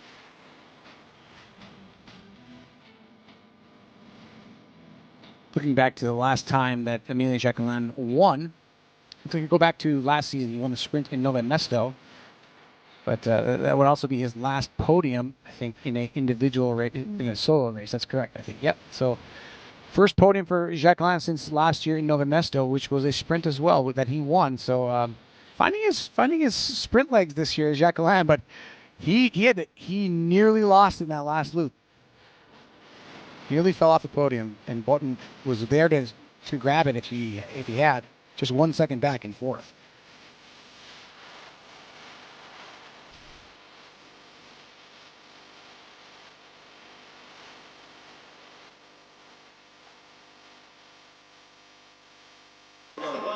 Vetle, what a race today, what a final leg. It seems to be pretty tough for you today. Yeah, thank you very much. It was a perfectly done race. I started quite easy off. The conditions were quite tough for me. I'm a bit heavy for these soft conditions, but going out on the last loop, hearing 5-6 seconds behind Emilia, who had a tough last lap, and fighting against the Dale, who is maybe the world's best at these final loops on these kind of conditions. I was digging deeper than I thought I could, so I had to throw up a bit after the race, but it was worth it for sure. But in Hochfilzen we saw you singing on the podium. Will we see you today or something similar to that? Or no powers for that? You know, I'm better in German than in French. I had German for 5 years in school, but we have a French coach, so he taught me some French, but I don't know if that's polite for saying in a microphone. So we will see what happens. Enjoy your win, congratulations, and get some rest. Thank you very much. Well, an excellent interview there, and I assume they won't be handing the microphone to to Vetle Shawstar Christensen after to talk to the crowd, if that's all he knows in French. Chad, what he said there about when he was asked about the challenging start to the race, he said that he was aware that he started a bit slower, the conscious decision there, and that just aligns with maybe what we thought with these Norwegian athletes, the 4 who finished in the top 5 today. Just holding off on that first lap and coming into their own in the last. Yeah, and the margin of victory in these sprint competitions just gets tighter and tighter, and to have the guts and the wherewithal to read his situation that well and come out the win, it just shows you how experienced Vetle Shawstar Christensen is. And I have to say, it is one of the signs that you can produce a lot of lactate and anaerobic power is that you will have that lactate will go to your stomach and cause you to cough up your lunch. And he confirmed my symptoms that he is anaerobically powerful. He used that anaerobic power to make the difference today and win by a very narrow margin, just 3.5 seconds. And just exciting race. Top 5, 8.6 seconds apart.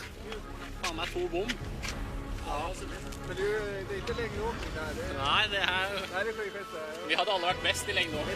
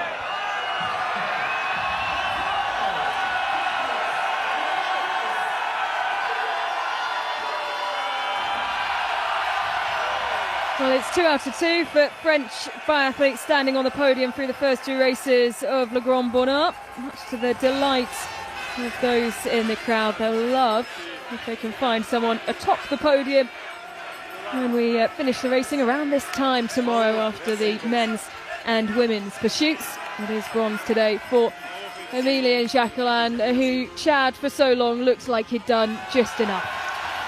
Yeah, he is an absolutely phenomenal athlete to watch. He's dynamic and exciting. He's got that power we talked about, but it is also a double-edged sword and can be a liability, and we saw that happen. It wasn't enough of a liability to drop him out of the podium, but just barely hung on.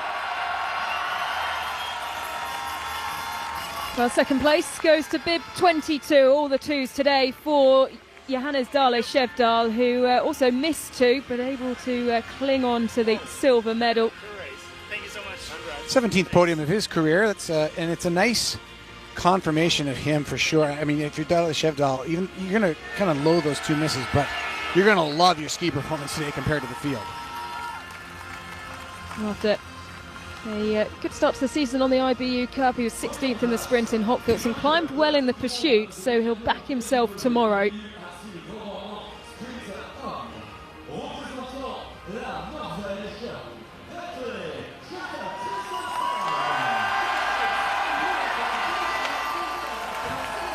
And almost 2 years since his last victory on the World Cup, Vetle Shawstar Christensen back on top spot. Perfecting the ski drop there as opposed to the mic drop, but he let his skis and his rifle do the talking today, and I think more than anything he let his experience do the talking, and that's what won him the race. Thank you.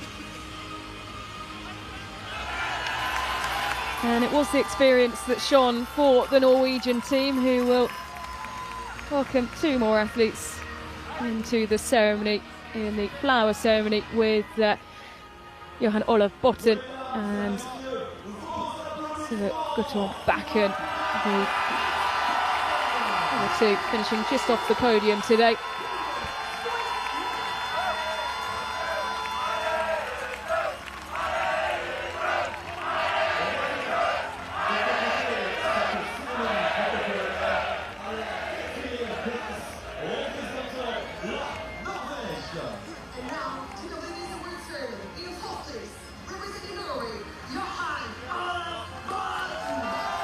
Johan Olav Botten with a 103-point lead in the total score battle.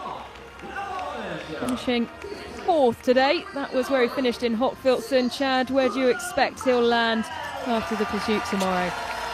Well, if you just look at the ski speed and the shooting statistics and what he did today in the late part of the race, he's got to be a favorite to win. I mean, he cannot be shaken off of his great performance trend, and he is the most consistent and powerful biathlete statistically. I think he's got every chance to win tomorrow.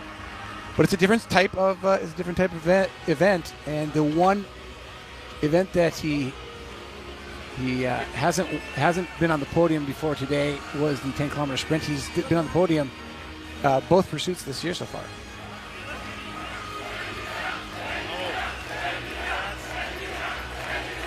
And sixth today for Sebastian Samuelsson.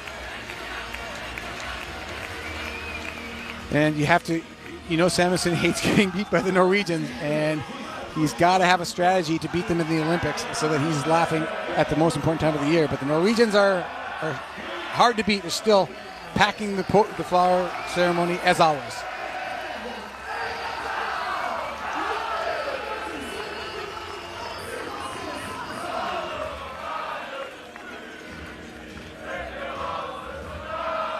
So a thrilling men's sprint comes to its conclusion on the second day of action here at Le Grand Bonnat.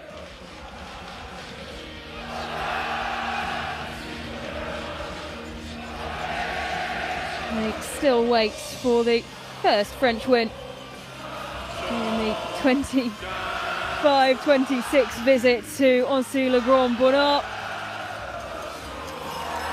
And a joyous rendition of the national anthem. As we look ahead for tomorrow, where we kick things off with the 10-kilometre pursuit. That gets underway at 12:15 Central European time, followed by the men's 12.5-kilometre pursuit at 2:45 Central European time. We'll have full coverage here on Eurovision Sport, and we hope you join us then.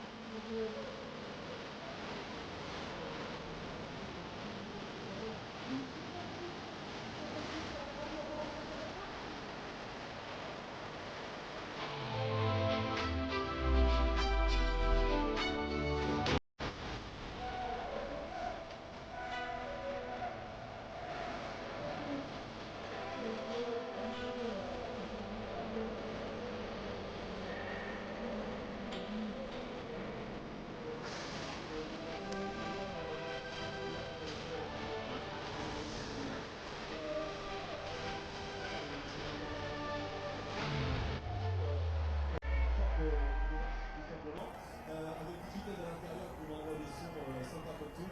Et puis à partir de 17h, vous venez